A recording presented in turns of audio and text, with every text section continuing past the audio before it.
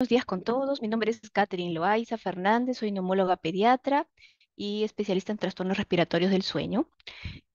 Bueno, soy médico, docente de la Universidad Cayetano Heredia y asistente de este hospital de Cayetano Heredia en el servicio de neumología pediátrica. Y agradezco a la unidad de telesalud y telemedicina por la invitación para editar esta charla. Hoy trataremos sobre tópicos actuales en el asma pediátrico. El asma, como todos sabemos, tiene un diagnóstico básicamente clínico. Es una enfermedad crónica que se caracteriza por tres pilares. La inflamación en la vía aérea, como podemos ver aquí en la imagen de la derecha, vemos cómo macroscópicamente se puede observar un bronquiolo normal y a su lado derecho un bronquiolo que tiene un infiltrado y moco acumulado dentro.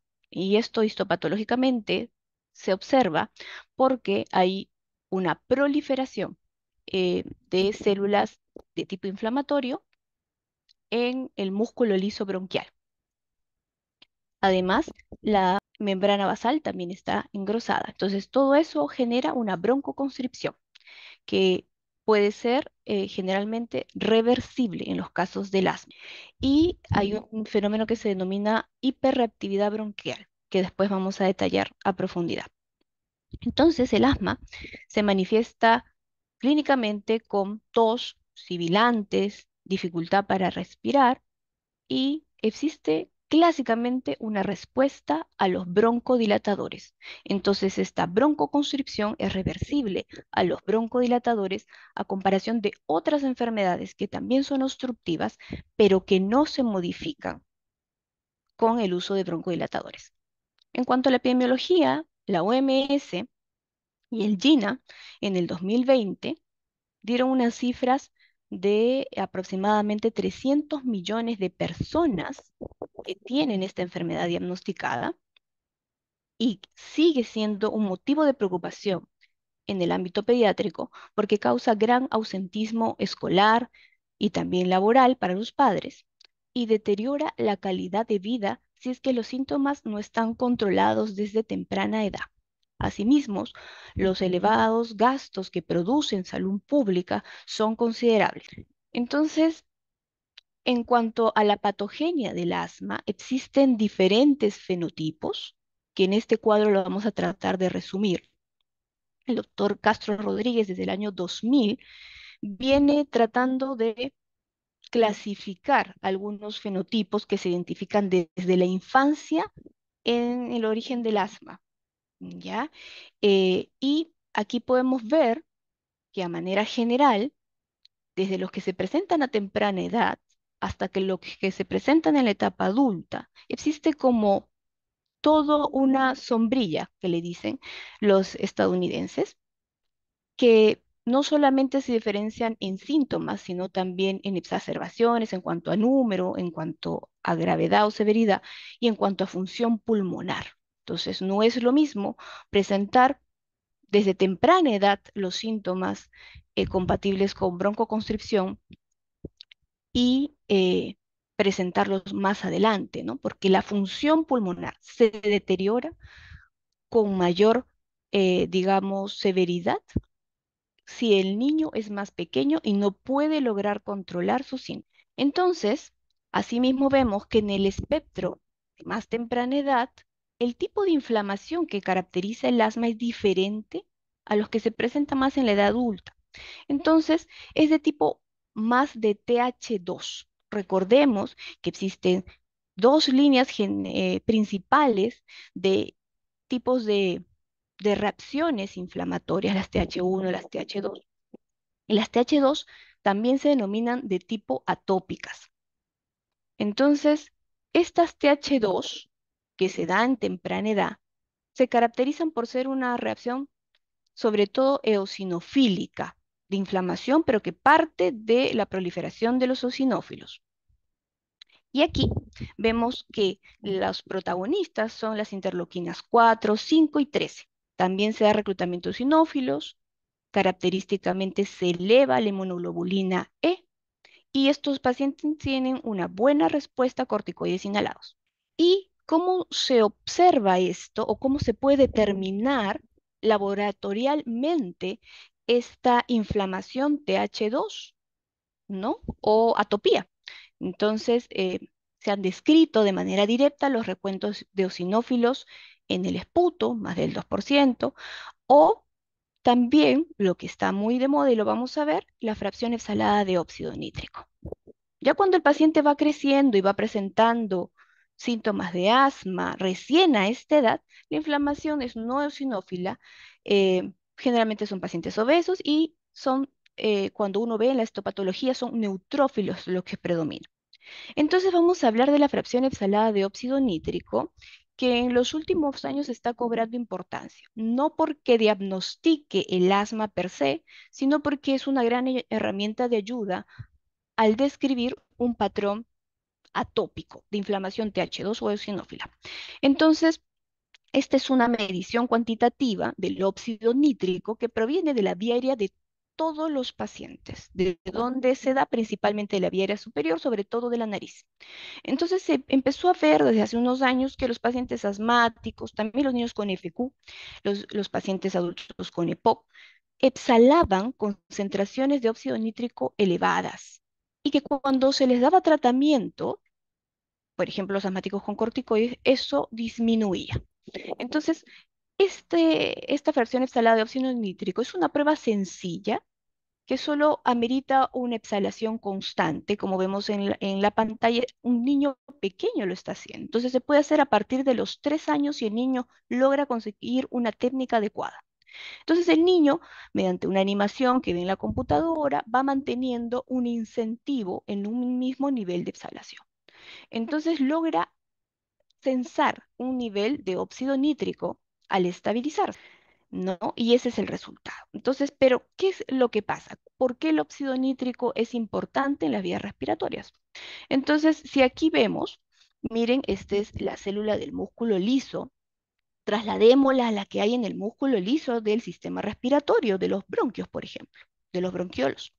Entonces, si usted ve, existe una cascada en la que empieza desde L-arginina, pasa a óxido nítrico, ¿no? Y si este óxido nítrico pasa al músculo liso, en las células del músculo liso, exactamente los eosinófilos, se va a poder ver que es encargado de generar GMP cíclico finalmente, ¿no? Como final de esta vía, y esto inhibe la proliferación del músculo liso, es decir, que broncodilata. Entonces, si el paciente no utiliza esta vía intracelularmente y finalmente la exhala, es porque no está causando una broncodilatación necesaria o adecuada. Entonces, por tanto, tiene más tendencia a broncoconstriñirse. Entonces, esta prueba del feno ayuda a identificar el fenotipo del asma eosinófilo, atópico, evalúa además la respuesta a los corticoides inhalados, permite guiar así los cambios en las dosis de los corticoides inhalados y también permite ver adherencia también, ¿no? Si el paciente está bien adherido al tratamiento, es obvio que va a salir en rangos normales. ¿Ya?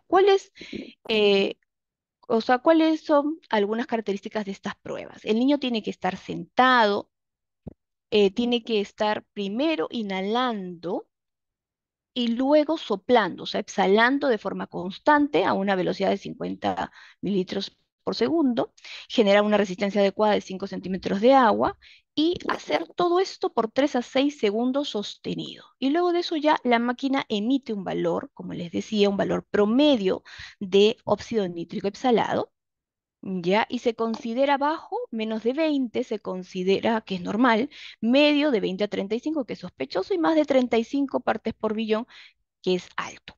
Entonces, si el paciente en ese momento no tiene ningún tratamiento de corticoide inhalado, si está elevado, uno dirá es compatible con el diagnóstico de asma eosinofílico atópico y tendrá una respuesta positiva cuando se empiece el tratamiento con corticoide inhalado. Y luego, si ya el paciente se repite esta prueba durante el seguimiento, si sigue estando elevado, es que hay una mala adherencia al tratamiento o que la dosis de corticoide inhalado fue insuficiente. Muy bien. Entonces, siguiendo con las novedades en el asma, en cuanto a la función pulmonar, Sabemos que es muy complicado realizarlo en niños preescolares. Generalmente las pruebas de función pulmonar las indicamos en niños escolares mayores de 6 años. Entonces, aquí viene el comentario para que todos ustedes puedan, digamos, derivarnos a los pacientes a neumología pediátrica, porque se pueden hacer pruebas de función pulmonar que tienen algunas características especiales en cuanto a la técnica y en cuanto a los resultados, a partir de los 3 años, si es que el niño puede seguir indicaciones. ¿Ok? Entonces, el rendimiento de la prueba en preescolares en países vecinos, estamos hablando de Argentina, estamos hablando de Chile, Colombia, ha llegado a ser hasta de 60 hasta un 95% de los pacientes. Entonces, tiene un buen rendimiento y va aumentando obviamente con la edad. Entonces, ¿cuáles son algunas peculiaridades de estas pruebas? Por ejemplo, a estos niños no les exigimos clip nasal, ¿no? Y lo hacemos con programas de incentivos como podemos ver. Entonces el niño tiene que tener la fuerza suficiente para expirar todo el aire, tratando de soplar la vela o tratando de que, digamos, esta pelota pueda derribar, ¿no es cierto? Entonces, también vemos que en cuanto a los resultados, no somos tan exigentes con los parámetros, ¿no? No los comparamos con los parámetros de adulto. Entonces, tienen sus propios parámetros. La ERS, la ATS, desde el año 2016, tiene propias guías para niños preescolares. Entonces, como vemos aquí, por ejemplo, miren, aquí está la curva de flujo-volumen y de volumen-tiempo. Entonces, en flujo-volumen, esta es la curva que se le exige a los niños escolares mayores de 6 años, ¿no es cierto? Que tiene que tener una pendiente, tener una inspiración muy profunda para luego tener un pic y rápidamente expirar todo el volumen hasta llegar al eje de las X, hasta vaciarse por completo y llegar a volumen residual. En cambio, a la derecha, observe cómo se ve una espirometría válida en un preescolar. Entonces, aquí vemos que, mire, incluso se toma un tiempo para poder tomar todo el aire, ¿no es cierto? Y luego puede bajar, descender, pero incluso le permitimos que no llegue a eliminar todo el aire, ¿no? Puede ser que se cese el flujo expirado antes de el 10% de todo lo que llegue a expirar. ¿Ok? Entonces son diferentes parámetros. También el tiempo que les exigimos a los niños escolares es más de 3 segundos y una meseta, ¿no es cierto? En la curva de volumen-tiempo, más de un segundo. En cambio, en un niño preescolar solamente le exigimos un tiempo expirado de más de 0,5 segundos. Entonces, con todo eso es más fácil valorar los valores de estos niños y hay curvas y, digamos, valores para niños preescolares que ya están disponibles incluso en países cercanos. Todavía en Perú no tenemos estos valores, pero podemos usar los de países vecinos. ¿Ok? Entonces, ahora vamos a pasar a otra prueba para niños pequeños también, en las que no tengan que hacer grandes esfuerzos expiratorios. En esta prueba se respira a volumen tidal, a volumen corriente, el niño está tranquilo, como pueden ver en la pantalla. Miren, se conecta a una boquilla, usa un clip nasal y se tiene cuidado de que todo el flujo salga por la boca. Y aquí se conecta a un dispositivo que tiene un parlante porque emite ondas sonoras. Entonces, esas ondas se sobreimponen a la ventilación espontánea que tiene el niño, porque el niño también va a generar unas ondas. Entonces, esas dos ondas se van a superponer y van a tener una medición de resistencia. Entonces, esta prueba se llama oscilometría de impulso, antes llamada FOT, ¿ya? Y su objetivo es evaluar la mecánica respiratoria, específicamente la resistencia. Entonces, aquí habíamos dicho que aquí adentro existe un parlante que emite unas ondas sonoras y hay un flujo de impulso, pero también hay un flujo que el paciente va a generar que se llama flujo respiratorio. Eso es lo que ingresa, ¿no? Entonces existen transductores de flujo, transductores de presión que van a determinar cuál es la resistencia que existe en el paciente. Entonces, ahora hay otra cosa que se tiene que saber, es que a diferentes niveles del sistema respiratorio se capta mejor determinado tipo de onda sonora. Entonces, la parte distal de los bronquios puede captar mejor las ondas a 5 Hz. La vía aérea central capta mejor las ondas a 20 Hz.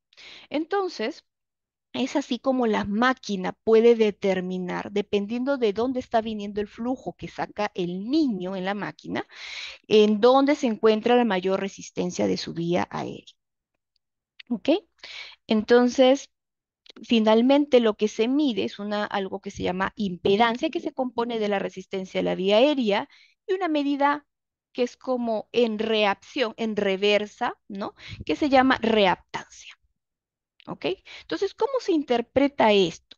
Los mexicanos son los que más han estudiado este tipo de pruebas y están demostrándole al mundo entero que estas pruebas funcionan en niños y que ayudan para poder efectivizar un diagnóstico de asma a temprana edad, ¿ya? Aunque la mayoría de niños resulta normal. Entonces, los valores generalmente pueden resultar normales, pero lo interesante es que la respuesta broncodilatadora, o sea, cuando le ponen el inhalador, estos niños asmáticos responden. Entonces, hay una hiperreactividad bronquial que eso sí se muestra en la oscilometría con mayor prevalencia. Entonces, hay patrones, ¿no? Hay patrones que permiten demostrar la resistencia, como yo les decía, a 5 Hz si es distal, a 20 Hz si es central, en base a cómo se distribuye esta resistencia y esta X que se llama reactancia, ¿no?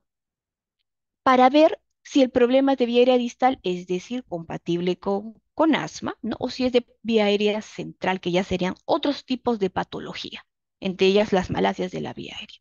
Entonces, miren, la obstrucción distal, habíamos mencionado, la mayor resistencia está en R5, en las ondas sonoras a 5 Hz, y la menor en R20, que son las ondas sonoras a 20 Hz.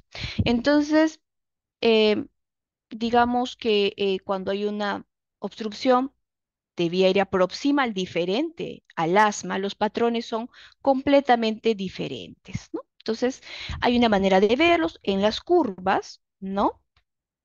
Y hay otra manera de ver el resultado, como les decía, de hiperreactividad, que esto está demostrado que tiene mucha más utilidad en los últimos tiempos, y es que si en la resistencia a 5 Hz con el broncodilatador disminuye en antes y después 40%, si la reactancia en 5 Hz aumenta post broncodilatador 50%, y si el área de reactancia, que se llama X, desciende con el broncodilatador 80%, entonces estaría siendo compatible con hiperreactividad bronquial, que ya habíamos dicho que es uno de los pilares del diagnóstico de asma. Entonces, esta prueba es más sencilla, no necesariamente va a salir alterada la, la parte basal, pero con broncodilatador puede demostrar los cambios de hiperreactividad y eso también nos colabora en el manejo de nuestros pacientes asmáticos pequeños. Muy bien, entonces, para pasar a la parte de novedades en tratamiento, nosotros tenemos que recordar las vías de inflamación que generalmente se producen en los pacientes asmáticos. Por ejemplo, ingresa un alergeno al que se expone el paciente. Observen aquí cómo están las barreras, ¿cierto? Hay una barrera de moco, que es la primera barrera que existe en la vía respiratoria. Luego ya está la barrera epitelial, ¿no? Y aquí pues hay mediadores de inmunidad innata, por ejemplo, ¿no es cierto? Y luego ya traspasa todo eso, ¿no es cierto? Si logran traspasar todas esas barreras, ya vamos a la inmunidad adquirida. ¿Ok?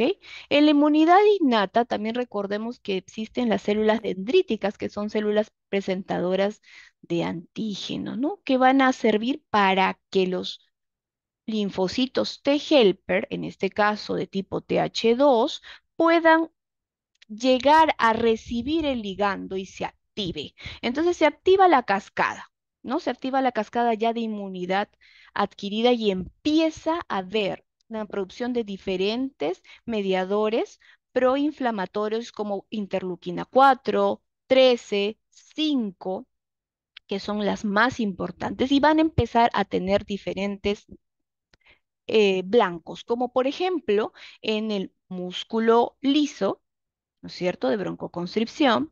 También, asimismo, la interleuquina 4 se va a las células B, las activa, ¿no? Para que puedan empezar a producir inmunoglobulina E. Habíamos dicho que en los pacientes atópicos generalmente hay altas concentraciones de inmunoglobulina E en sangre, ¿no? Y estas inmunoglobulina E, que ya sabemos que también puedan activar los mastocitos, hay de granulación, ¿no es cierto? Y también, asimismo, también puede haber prostaglandinas y estas pueden seguir activando toda esta cascada como en un círculo, ¿ok? Las interleuquinas 5 se encargan de la migración de mayor cantidad de eosinófilos y de su supervivencia. Muy bien, entonces, desde hace mucho tiempo, muchas décadas, se sabe que la gran estrella en el tratamiento del asma a cualquier edad son los glucocorticoides. ¿Por qué? Justamente porque puede ayudar a disminuir la inflamación mediante varias vías de toda esa cascada que habíamos mostrado.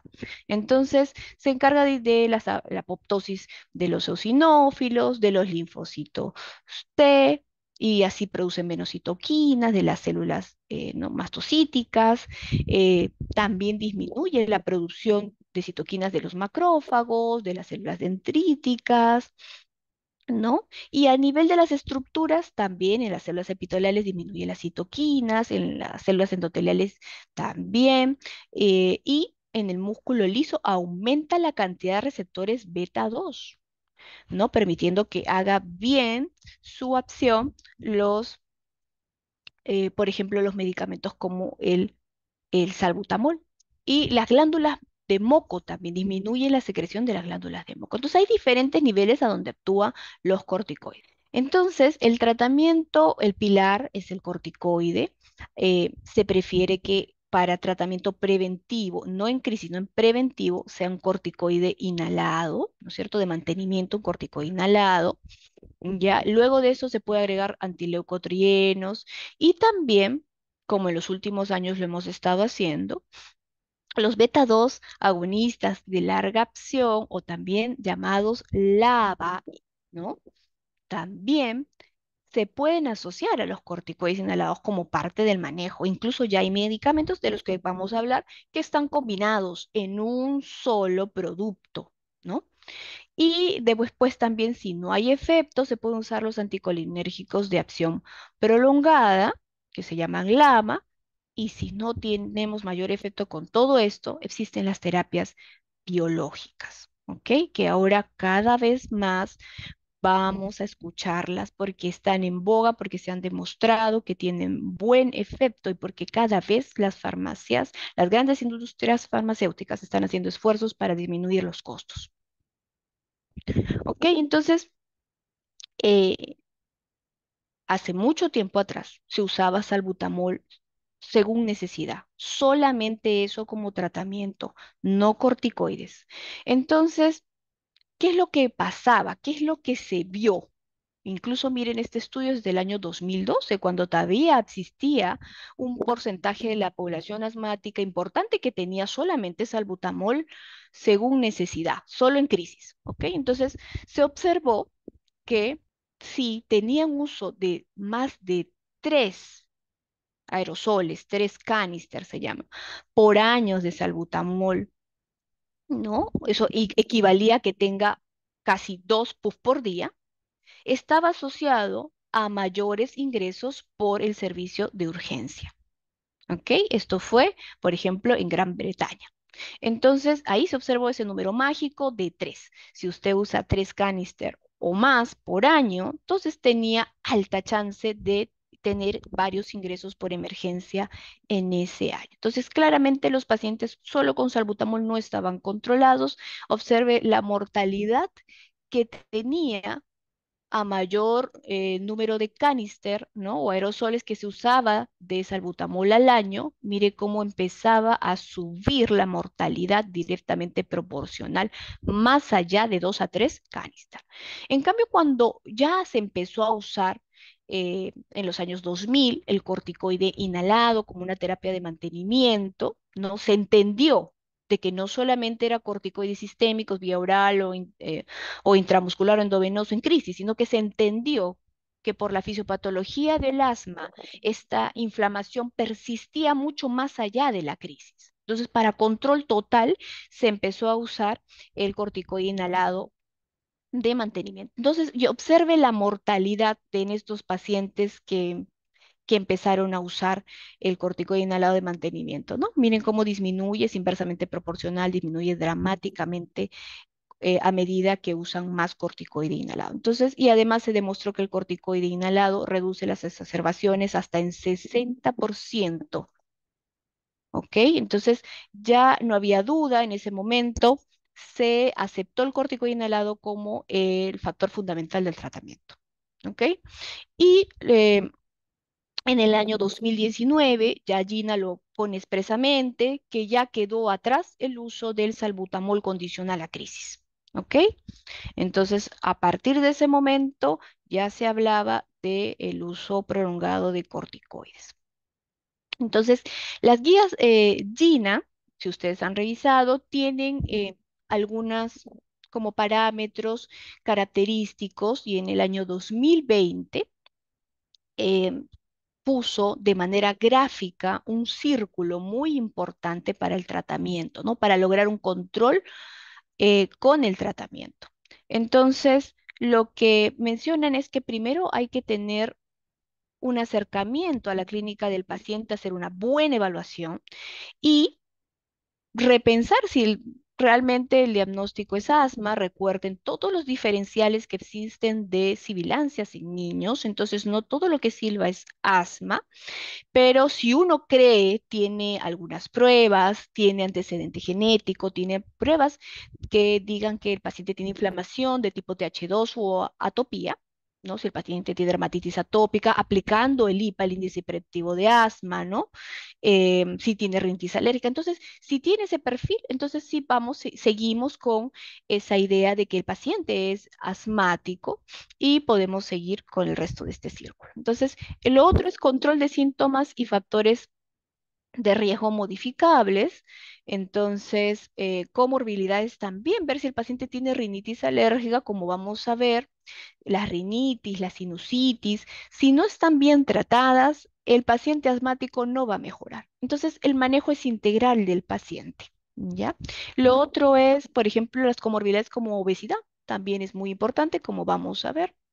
Ya, la técnica, siempre revisar la técnica de los pacientes. Muchos pacientes dicen, no, el medicamento no me hizo efecto y no es así. Cuando uno le pregunta, ahí en la misma consulta, a ver, hágalo, a ver, hágale a su niño, tome el inhalador y la aerocámara, en realidad no lo hacen bien. Hemos tenido niños que incluso la madre ha disparado el inhalador estando cerrado, estando con la tapa puesta el inhalador, ¿no? Entonces, y lo otro es que luego de haber evaluado bien el caso, saber de qué se trata, saber si usa o no en realidad el medicamento, nosotros vamos a pasar a ajustar la terapia, ¿no? Y en eso está el tratamiento de factores de riesgo modificables y comorbilidades. Entonces, por ejemplo, el ejercicio. Como vamos a ver, el ejercicio es fundamental como manejo no farmacológico del asma. Ayuda a controlar los síntomas de manera permanente y también disminuye las exacerbaciones y mejora la función pulmonar. Ya, entonces, las medidas no farmacológicas, la educación, entrenamiento de las habilidades, por ejemplo, con los inhaladores, con las aerocámaras, cómo se hace el aseo, cuánto se hace cada cuánto se hace el aseo, ¿ya? Y ahí vamos a ver ya los medicamentos, si vamos a aumentar la dosis o no. Para eso también nos puede ayudar las pruebas, por ejemplo, el feno que habíamos dicho que puede ajustar los corticos inhalados, las espirometrías y las osciloscopías también nos pueden ayudar a ajustar el tratamiento si salen alteradas. Entonces, luego cuando ajustamos la terapia, tenemos que revisar en las siguientes consultas si fue adecuado o no, hay que revisar la respuesta con síntomas, que ahí hay unos cuestionarios que después vamos a ver a qué se llama paciente controlado, parcialmente controlado o no controlado. Número de crisis, también siempre preguntar, efectos adversos, ¿ya? Y función pulmonar también podemos tomar para ver la respuesta. antes existían clasificaciones como más complejas del control del asma, pero el GINA desde el año 2020 está promulgando que simplifiquemos esto para que todos, desde médicos de atención primaria, pediatras, neumólogos, podamos hablar un mismo idioma y no complicarnos tanto, ¿no? Entonces ahora existe el controlado, el paciente controlado, el parcialmente controlado y el no controlado. Y eso se evalúa porque en las últimas 4 semanas se le pregunta al paciente, ¿no? ¿Tuvo síntomas diurnos en el día más de 2 veces por semana? Entonces, y ese se pone no o sí. ¿Algún despertar por asma? O sea, en la noche tuvo tos frecuente que lo despertó. Ya, en las últimas 4 semanas. Medicación, uso de medicación de rescate, es decir, salbutamol más de 2 veces por semana. Limitación en su actividad física, sobre todo que el niño tosa, ¿no? Porque la hiperreactividad inducida por el ejercicio característico del asma es sobre todo con tos, no con cansancio, porque el cansancio puede venir de desacondicionamiento, no por el problema del asma. Entonces, con todo eso, vemos de que si no tiene ninguno, el niño está controlado perfecto. Si tiene uno o dos de estos, está parcialmente controlado. Y si tiene 3 o 4 de estos, el niño no está controlado. Y obviamente entre controlado parcialmente y no controlado, ahí ya tenemos que tomar medidas tanto no farmacológicas como farmacológicas. Muy bien, ya. Ahora recordemos que existen diferentes tipos de broncodilatadores, de corta acción y de larga acción. Entonces, esta es la antesala para explicar los nuevos cambios que están en la GINA actual. Entonces, el salbutamol ya lo conocemos muy bien, comienza su acción de 1 a 5 minutos, súper rápido, dura de 3 a 6 horas su efecto, generalmente se usa en las exacerbaciones. El ceretide contiene salmeterol, ¿no? Muy conocido por años, ¿no? Y empieza a tener efecto el salmeterol 20 a 30 minutos después de su uso. Puede llegarse a usar 12 horas, ¿no? Em, y luego, generalmente se usa cada 12 horas, perdón. Y el formoterol es un medicamento beta 2 de larga acción, también como el salmeterol, ¿ok? Ya, pero que su uso está siendo estudiado cada vez más en los últimos años. Y es porque tiene un perfil que si ustedes comparan con el salmeterol, es más beneficioso. Entonces, su comienzo de acción es 2 a 5 minutos, como ustedes ven, parecido al salbutamol. Su duración de la acción, bueno, son 8 horas y las indicaciones actuales son que es un tratamiento controlador de larga permanencia, pero también puede usarse como un tratamiento de rescate. Y eso es lo que ahora vamos a analizar. Y su modo de uso es 2 veces por día, como el salmeterol, pero también según necesidad. Es decir, que en crisis el niño lo puede usar más veces. ¿Ya? Y lo otro es la potencia.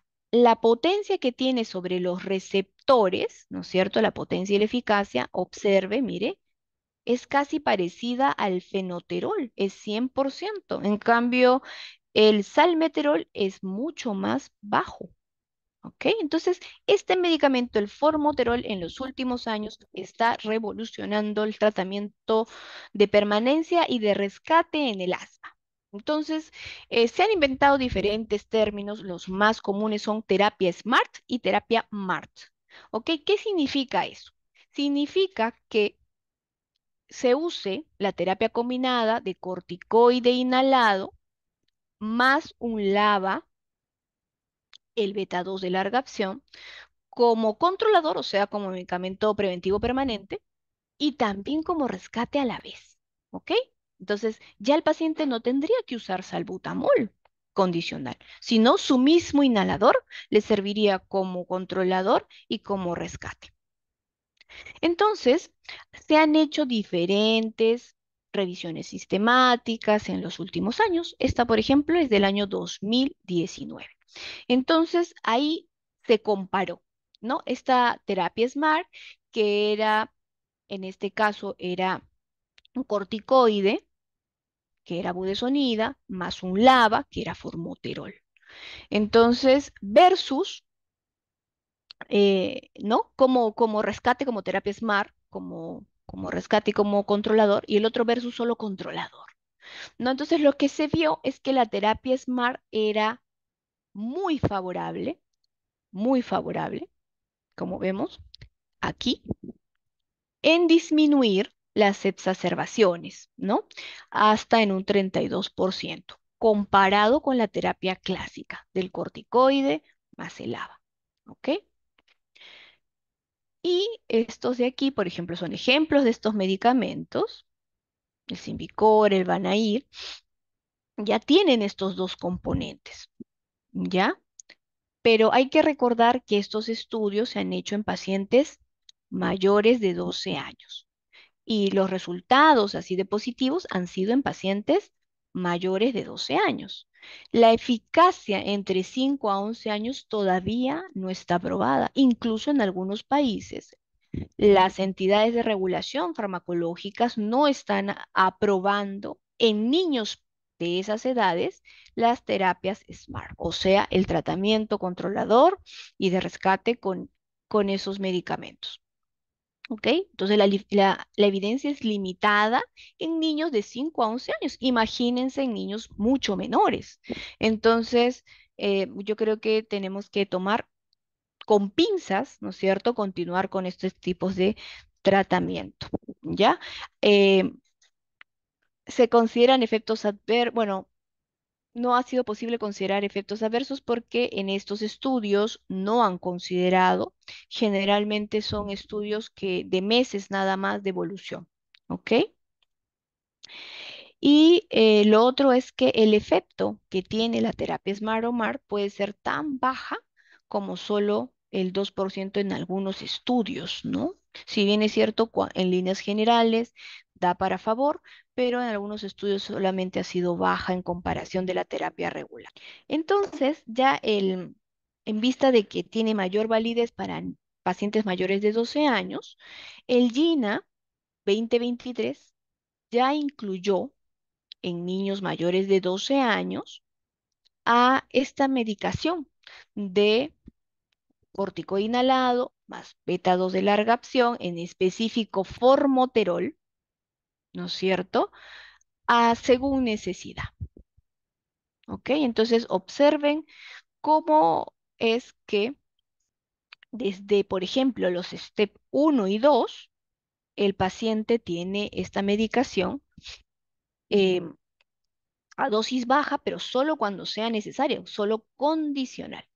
Cuando va pasando ya, cuando le falta control y va ascendiendo al step 3, 4 y 5, entonces ya le van colocando esta terapia de mantenimiento a dosis baja y si tiene alguna crisis como aliviador, nuevamente también corticoidema formoterol y en el paso 4, dosis intermedias de corticoide y también en crisis el mismo medicamento. Entonces no tienen que cambiar de medicamento. Y se ha visto en muchos países occidentales que esta terapia está siendo bien recibida por los pacientes adolescentes en los que normalmente hay una baja adherencia. ¿Ok? Entonces a veces prefieren usar solamente cuando tengan crisis de ese mismo inhalador y ya no usar el salbutamol. En cuanto a los niños de 6 y 11 años, ¿ya? Aquí lo que podemos ver es que el controlador preferido para prevenir las exacerbaciones y el control de los síntomas es un corticoide inhalado a dosis baja, ¿ok? Y todavía el uso de un beta 2 de corta acción, o sea, el salbutamol condicional. ¿Ok? Entonces, todavía en niños de 6 a 11 años, el GINA 2023 dice, usted inicie con corticoides a dosis baja y agréguele beta 2 de corta acción, o sea, salbutamol cuando sea necesario. Todavía no usa la terapia SMART. Ok, en el paso 2 también va subiendo las dosis diarias de corticoides, ¿no? Y también le puede agregar al inhibidor de leucotrienos. En el paso 3 va aumentando. Ya puede ser la terapia combinada de corticoide inhalado más LABA, ¿no? más beta 2 de larga acción, ¿ok? Y beta 2 de corta acción cuando sea necesario. En el caso de los pasos 3 y 4, o sea, cuando el paciente ya es más complicado, se puede usar la terapia MART en estos pacientes en pasos 3 y 4, pero no en los pasos iniciales, ¿ok? Eso para tener en cuenta. Y en los niños menores de 5 años, ¿ok? Vamos viendo que, por ejemplo, si el niño tiene sibilancias infrecuentes, yo voy a considerar solamente un curso corto intermitente de corticoide inhalado cuando esté con una infección viral y cuando tenga que usar el beta 2, como salbutamol. Ya cuando voy subiendo de step, yo voy viendo que es necesario ponerle una dosis diaria de corticoide inhalado y beta 2 de corta acción cuando sea necesario. Esto es cuando ya el paciente tiene más de 3 crisis por año generalmente. En el step 3, cuando ya el paciente tiene un más claro diagnóstico de asma y no está siendo bien controlado, con dosis baja de corticoide, yo le puedo poner un corticoide con un beta 2 de larga acción a dosis baja, ¿ok? Pero generalmente se da en niños a partir de los 4 años. Muy bien. Entonces, además, recordemos que existen los tratamientos modernos que se denominan terapia inmunológica, ¿ya? Entonces, habíamos dicho que existen diferentes mediadores proinflamatorios, interleuquinas, citoquinas, en donde justamente ahí se han diseñado medicamentos que van a interferir en esta acción de estas interleuquinas. Entonces, por ejemplo, hay uno muy conocido que ya se viene usando, que por ejemplo es un anticuerpo antiinmunoglobulina, es el omalizumab. ¿Ok? El otro que se viene usando es el anti-interleuquina 5, que es el mepolizumab. ¿Ok? Lamentablemente en el Perú, a nivel del Ministerio de Salud, digamos, todavía no estamos usando esta medicación. Esperemos que en los próximos años ya pueda llegar bajo algún convenio, ¿no? Y sobre todo a este hospital.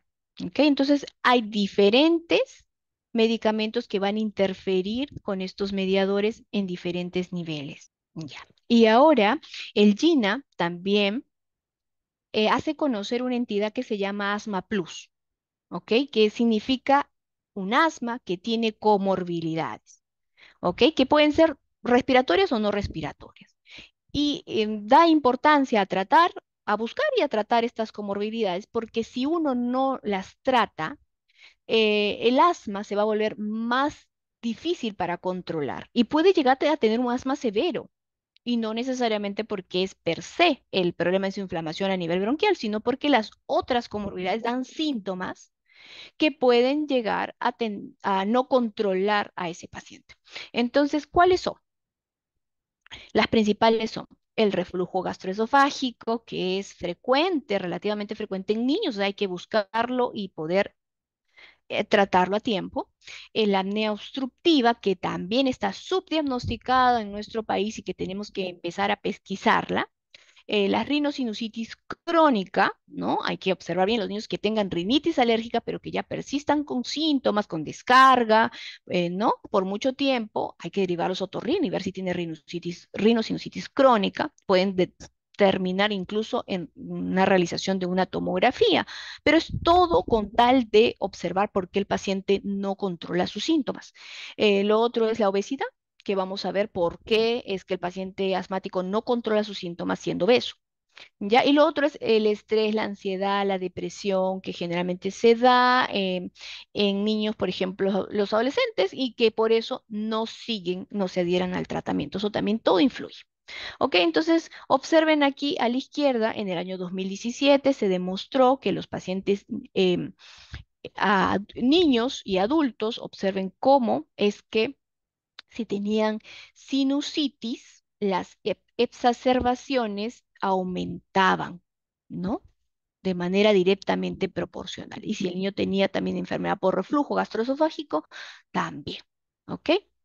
Y era estadísticamente significativo. Entonces, a partir de ahí salió esa observación de que hay que buscar estas comorbilidades. Habíamos dicho que una muy importante es la obesidad, ¿ya? Y la obesidad se ha vuelto un factor de riesgo. Es viceversa, por ejemplo, el paciente obeso tiene mayor índice de asma, Y el asmático, que es obeso, tiene más severidad en su asma, ¿ok? Mayor severidad de síntomas, más morbilidad, menor respuesta al tratamiento y peor índice de calidad de vida, ¿ok? Ojo que algunos obesos tienen síntomas que pueden parecer asma, ¿ok? Y hay una evidencia de que algunos asmáticos obesos tienen mayor riesgo de desarrollar obesidad. Perdón, algunos asmáticos severos tienen mayor riesgo de desarrollar obesidad. Y ahora vamos a ver por qué puede ser. ¿Ok? La obesidad es un factor que altera la función pulmonar a toda edad y también se ha demostrado que en los niños no es la excepción. Hace que disminuya la fuerza de los músculos respiratorios, disminuye la capacidad del ejercicio, ¿ok? Disminuye los volúmenes pulmonares. Y esto yo creo que es algo evidente cuando uno observa, por ejemplo, esta acumulación de tejido graso. Y si uno se pone a pensar en los pulmones con ese tejido graso, deben estar como restrictivos, están como más pequeños, están como más apretados y por eso es que tiene menos volumen de reserva respiratorio, menos capacidad residual funcional este paciente. ¿Ok? Y todo, ¿cómo se correlaciona la obesidad con el asma? ¿No? Esto ha sido estudio de varios de los últimos años y se ha visto que los dos comparten vías proinflamatorias. Entonces, ¿qué es lo que ocurre? En la obesidad hay factores mecánicos que ya habíamos dicho que restringen el movimiento de los músculos, de la cavidad torácica. ¿Ya? Pero también hay cambios endocrinológicos. Hay aumento de la leptina, de interleuquinas, de interferón, de TNF, disminución de la adiponectina. Entonces, todo eso va a ser proinflamatorio. Todo va a ser proinflamatorio. ¿Ok? Entonces, vamos a ver.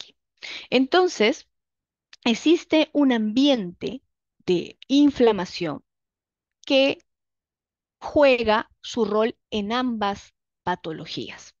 ¿Ok? Asimismo, también hay cambios epigenéticos en los obesos. Existen cambios en el microbioma a nivel intestinal y de la vía aérea, ¿no? Incluso que los predispone a mayor número de infecciones respiratorias, que son como el gatillo de las crisis asmáticas. Hay inflamación, ¿cierto? No solamente atópica, sino no atópica, ya, hay inflamación sistémica, ¿ok?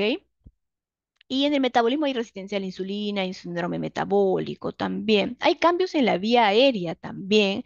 Hay mayor propensión a la obstrucción de la vía aérea. Entonces, todo eso conlleva a que el paciente asmático tenga mayor severidad, menor calidad de vida, menor respuesta al tratamiento.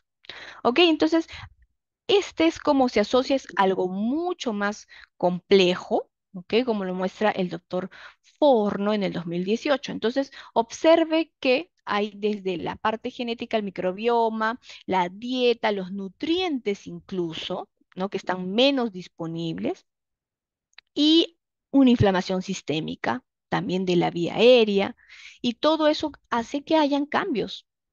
Microscópicamente existen cambios en la función pulmonar de estos pacientes y van a derivar en la propensión a asma. Ok. Entonces, existe actualmente, ¿no es cierto?, una cantidad muy importante de personas obesas a nivel mundial. O sea, la prevalencia es alta.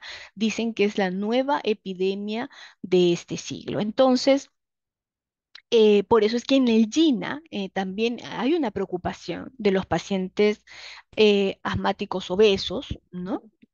Y por eso es que dicen que las medidas no farmacológicas también son sumamente importantes, no solamente el medicamento, sino también lo que uno puede hacer para cambiar el estilo de vida del paciente. Entonces, en la actividad física, ¿ya? Del niño con asma, incluso existe una dosificación. Debería ser 20 minutos por 3 días en la semana, de manera regular. ¿Ok?